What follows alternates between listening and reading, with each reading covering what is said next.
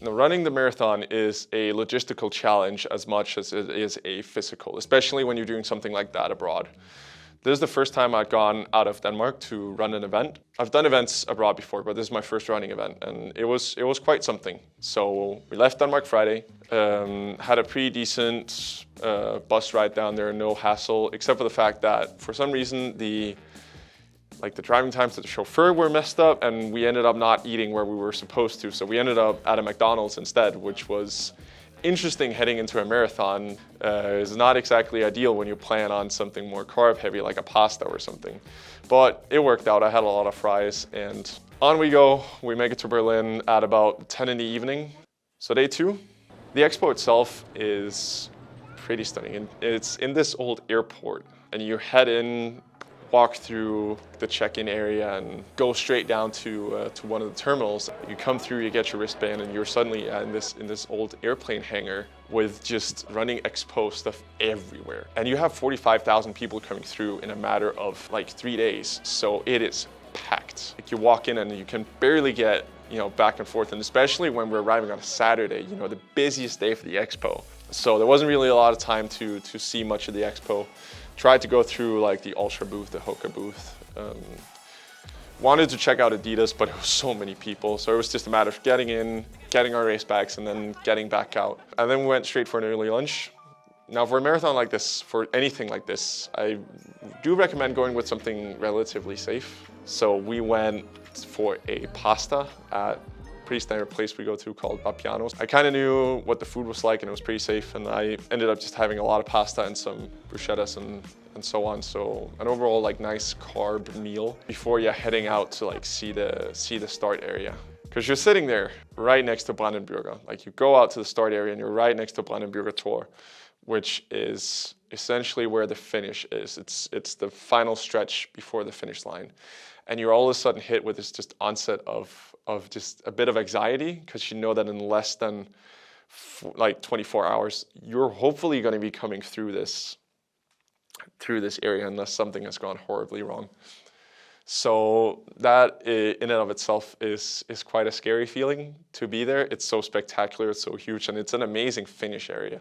But yeah, we weren't quite in the race mood yet. The race was tomorrow. Today was all about getting some good food in. Yeah, we ate, we had a nice dinner, and we got back to the hotel at around like 11 o'clock. I spent an hour probably just going through my stuff, just making sure I had everything, pinning on my bib number, making sure that everything I needed for the race was in the race bag, my shoes were in the right place, making sure that I just, had everything. Race day morning, get up at around 6:30. Because the race start is at around 9:30. You need to be at the plaza pretty early, and you want to get your breakfast in before you go. I'm usually not very hungry at this time, so I try to limit myself a little bit in terms of my breakfast, because you're supposed to do the majority of your eating the day before. Breakfast is just supposed to be a top up so you can go out and perform. So you definitely don't want to overeat. And ended up making my way to the start line, being there like at 8:15, like 8:30 or something, which is like an hour before the race start, which was an ideal time to get there.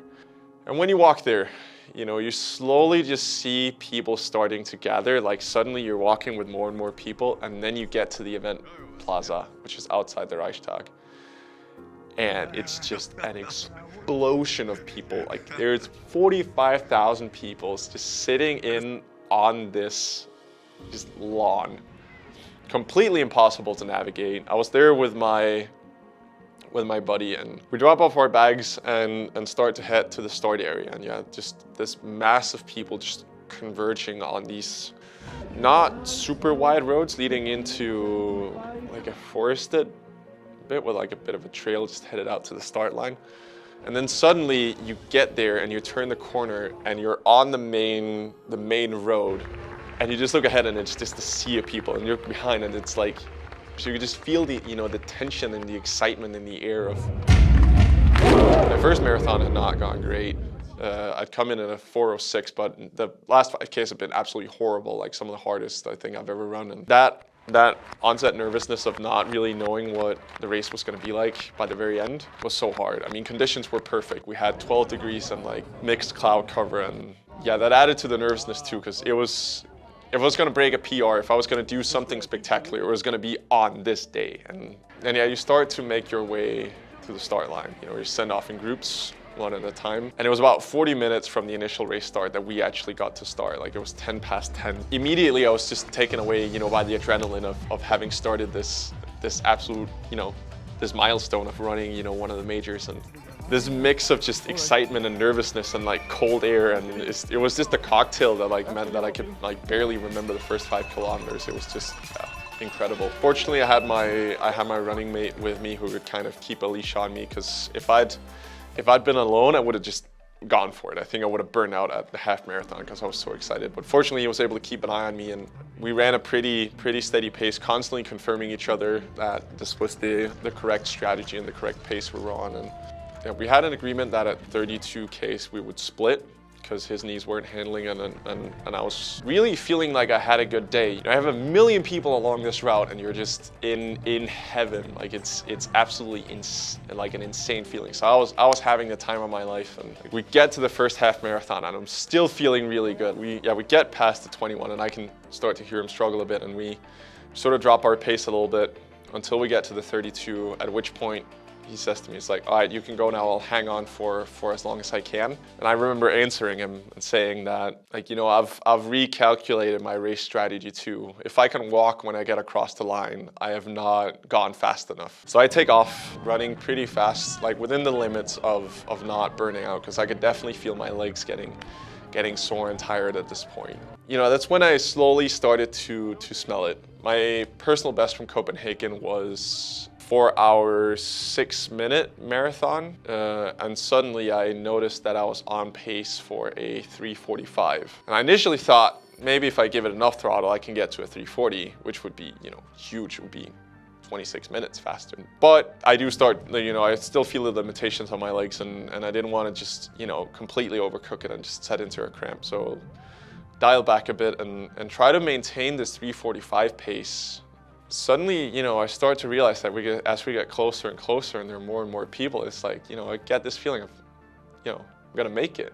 I'm actually gonna, you know, break not only my personal best, I'm gonna break my 4-hour barrier, and I'm actually gonna do, you know, a really good time. So I turned in on the last 2 kilometers, and then I started crying. I don't know, it just sort of got to me, you know, I had that feeling. It's like, you know, it's there. It's like, you know, it's this close. I was doing 5:05 split times, and I could see that, you know, it's there. I just need to keep running. And then I started crying, and then all of a sudden I panicked because, you know, I can't breathe because I'm just tearing up. So I had to swallow all that and kind of push it to the back of my mind and like keep telling myself, you know, Kasper, you gotta effing finish.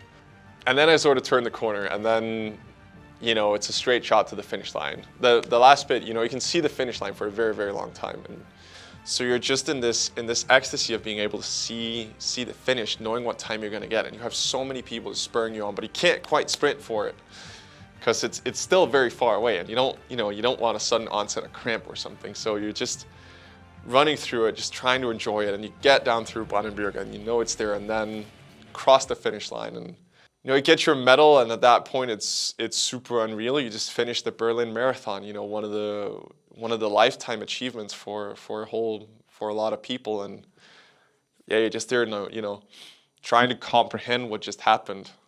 Yeah, there were happy faces of disbelief, people lying down, people getting, you know, medical help, and it's just this chaos of people who just, you know, achieved something absolutely extraordinary, and then you turn the corner, you get your race bag, and remember the first thing doing was like, I was calling on my girlfriend, then I called my parents, and yeah, picked up the phone, called, and then I just started crying because it was so overwhelming. I've done a 3-hour 42-minute. I've broken my 4-hour barrier. I'd beaten my personal best by like 20 minutes from Copenhagen in May, an absolutely unreal race, and everything had gone so well. So you're just overwhelmed with all this emotion. Just honestly, I would recommend everyone do a marathon because the distance is something special.